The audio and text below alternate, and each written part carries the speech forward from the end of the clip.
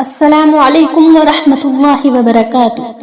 خواتین و حضرات، امید کرتے ہیں کہ آپ سب خیر و عافیت سے ہوں گے۔ اللہ تعالیٰ آپ سب کو اپنے حفظ و امان میں رکھے۔ آج کی اس ویڈیو میں ہم بتائیں گے کہ مشرکین و نصارہ کی گمراہی کہاں سے شروع ہوئی اور آج ہم کس گمراہی میں مبتلا ہیں۔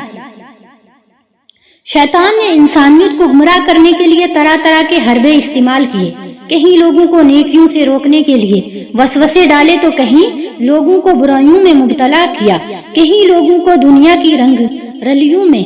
گم کر کے عیش و عشرت میں مبتلا کیا، تو کہیں آخرت کو بلانے میں مدد کی کہ انسان آخرت کو بھول جائے۔ لیکن ان سب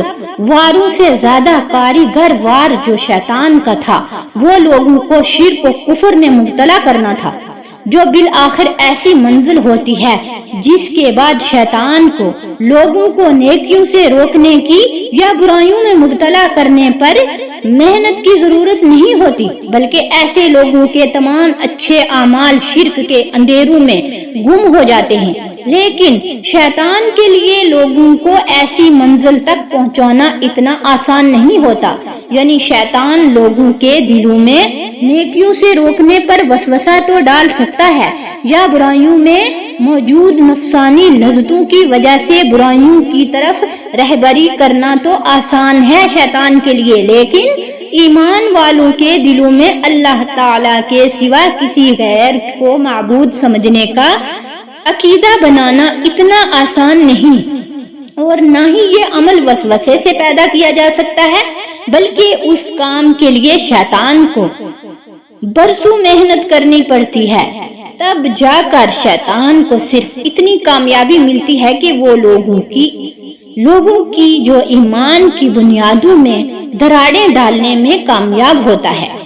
بس یہی شیطان کی کامیابی لوگوں کو صراط مستقیم سے دور لے جانے کا سبب بن جاتی ہے۔ ایک تفسیر میں آتا ہے کہ روئی زمین پر سب سے پہلے گمراہی کی ابتدا بت پرستی سے شروع ہوئی، اور اس بت پرستی کی گمراہی میں مبتلا ہونے والی قوم نوح تھی۔ سورہ نوح آیت نمبر 23 میں حضرت رضی اللہ تعالیٰ عنہ فرماتے ہیں، یعنی یہ سب بت دراصل قوم نوح علیہ السلام کے صالح بزرگ، یعنی نیک بزرگ اولیاء اللہ لوگ تھے۔ ان کے انتقال کے بعد شیطان نے اس زمانے کے لوگوں کے دل میں یہ بات ڈالی کہ ان بزرگوں کی عبادت گاہوں میں ان کی کوئی یاد قائم کریں، چنانچہ انہوں نے وہاں نشان بنا دیے اور ہر بزرگ کے نام پر انہیں مشہور کیا۔ جب تک کہ یہ لوگ زندہ رہے تب تک تو اس جگہ کی عبادت نہیں ہوئی، لیکن ان نشانات اور یادگار قائم کرنے والے لوگوں کے مر جانے کے بعد اور علم کے اٹھ جانے کے بعد جو لوگ آئے، جہلیت کی وجہ سے انہوں نے کیا کیا کہ باقاعدہ ان لوگوں کی اور ان ناموں کی پوجا پاٹ شروع کر دی۔ ابو جعفر رحمۃ اللہ علیہ فرماتے ہیں کہ ایک دیندار ولی اللہ مسلمان سے لوگ بہت چاہتے تھے اور بڑے عقیدہ ان کے بارے میں رکھتے تھے۔ وہ مر گیا، یہ لوگ مجاور بن کر اس کی قبر پر بیٹھ گئے اور رونا پیٹنا اور اسے یاد کرنا شروع کیا، اور بڑے بے چین اور مصیبت زدہ ہو گئے۔ ابلیس نے یعنی شیطان نے یہ صورت دیکھ کر، یہ شکل جب دیکھی، یہ حالت ان کی جب دیکھی تو دیکھ کر انسانی صورت میں آ کر ان سے کہا کہ اس بزرگ کی یادگار کیوں نہیں قائم کر لیتے جو ہر وقت تمہارے سامنے رہے اور تم اسے نہ بھولو۔ سب نے اس کی جو رائے تھی، اس کی جو بات تھی، اس کو پسند کیا۔ ابلیس نے، شیطان نے ان بزرگوں کی تصویر بنا کر ان کے پاس کھڑے کر دی، جسے دیکھ کر لوگ اسے یاد کرتے تھے اور اس کی عبادت کے تذکرے رہتے تھے کہ وہ اتنا نیک بندہ تھا، اتنا عبادت گزار تھا، اللہ تعالیٰ کا فرمانبردار تھا۔ جب وہ سب اس میں مشغول ہو گئے تو شیطان نے کہا تم سب کو یہاں آنا پڑتا ہے،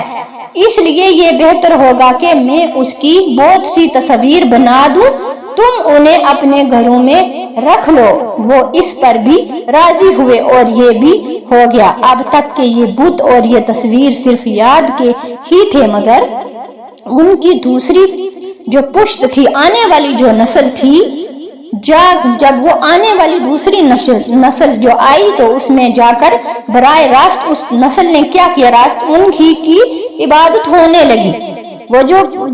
انہوں نے وہ جو فوٹو و تصاویر بنائی تھی، وہ جو دوسری پشت آنے والی ان کی نسل نے ان کی عبادت کرنا شروع کر دی۔ اصل واقعہ سب فراموش کر گئے، پیچھے والی جو بات تھی سب بھول گئے کہ پیچھے کیا ہوا اور کون تھے وہ بزرگ، اور اپنے باپ دادوں کو بھی ان کی عبادت کرنے والا سمجھ کر خود بھی بت پرستی میں مشغول ہو گئے۔ وہ سوچ رہے تھے کہ ہمارے جو باپ دادا تھے وہ ان کی عبادت کرتے تھے، یہی ان کا خدا تھا، ان کا نام ود تھا، یہی وہ بلا بت ہے جس کی پوجا اللہ کے سوا کی گئی، یہی پہلا وہ بت تھا۔ اسی کی عبادت ان لوگوں نے شروع کر دی۔ سب سے پہلے اسی بت کی عبادت ہوئی، کیونکہ قرآن کے اندر اس کا ذکر ہے۔ انہوں نے بہت مخلوق کو گمراہ کیا، اور اس وقت سے لے کر اب تک عرب و عجم اللہ کے سوا دوسروں کی عبادت شروع ہو گئی، اور مخلوق خدا ایک ہو گئے، دوسروں کی عبادت کرنا شروع ہو گئے۔ یہاں سب سے قابل غور یہ بات ہے کہ ان بت پرستوں کے معبود کوئی ایک نیک بندہ تھے، بلکہ کسی وقت کے ولی اللہ تھے۔ اور دوسرا اہم بات یہ غور کرنے کی ہے کہ یہ ایسے نہیں تھا کہ لوگوں نے ایک ہی مراحل میں، یعنی ایک ہی وقت میں غیر اللہ کو اپنا معبود مان لیا تھا، بلکہ پہلے مراحل میں شیطان نے لوگوں کے ایمان کی عمارت میں درار ڈالنے کے لیے نیک بندوں کی تصاویر یا بت بنانے کی ترغیب دی۔ اس نے یہ صلاح دی کہ ان کی تصاویر بناؤ اور یا بت بناؤ۔ ان کو تصاویر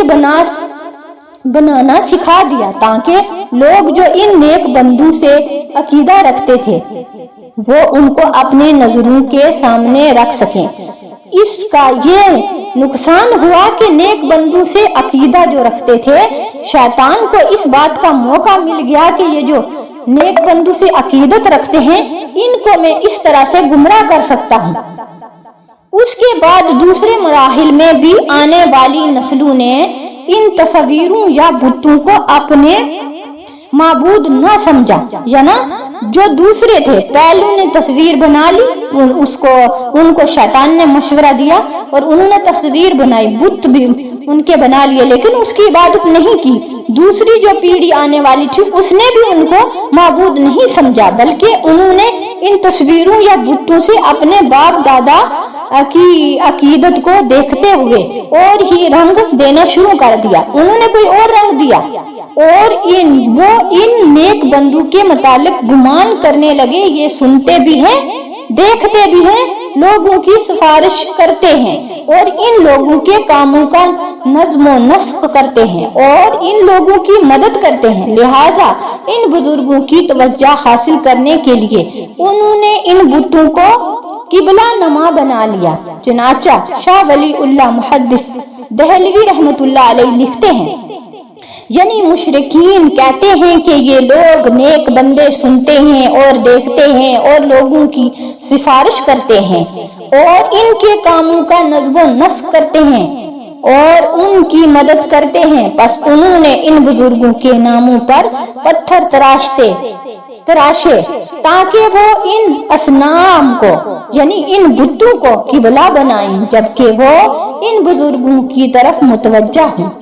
لہذا یہی رنگ تیسرے مراحل میں جا کر کب عقیدت سے عبادت کا روپ دھار گیا، کسی کو پتہ بھی نہیں چلا، اور نہ ہی انہیں یہ احساس ہوا کہ ان کی ایمان کی عمارتیں زمین بوس ہو چکی ہیں، ان کا ایمان ختم ہو چکا ہے، کیونکہ وہ اللہ کو چھوڑ کر بتوں کی عبادت میں مشغول ہو گئے۔ اور نہ ہی یہ لوگ سمجھ سکے کہ جن نیک بندوں سے محض عقیدت رکھنے کی وجہ سے ان کے باپ دادوں نے ان نیک بندوں کی تصویر یا بت بنائے تھے، انہی بتوں کو یہ لوگ معبود مان چکے ہیں۔ تیسری جو پیڑھی تھی، تیسری نسل نے ان کو معبود بنا لیا تھا۔ شاہ ولی اللہ رحمت اللہ لکھتے ہیں، یعنی پھر ان کے بعد ایسے ناخلف پیدا ہوئے، نالائق پیدا ہوئے جو فرق نہیں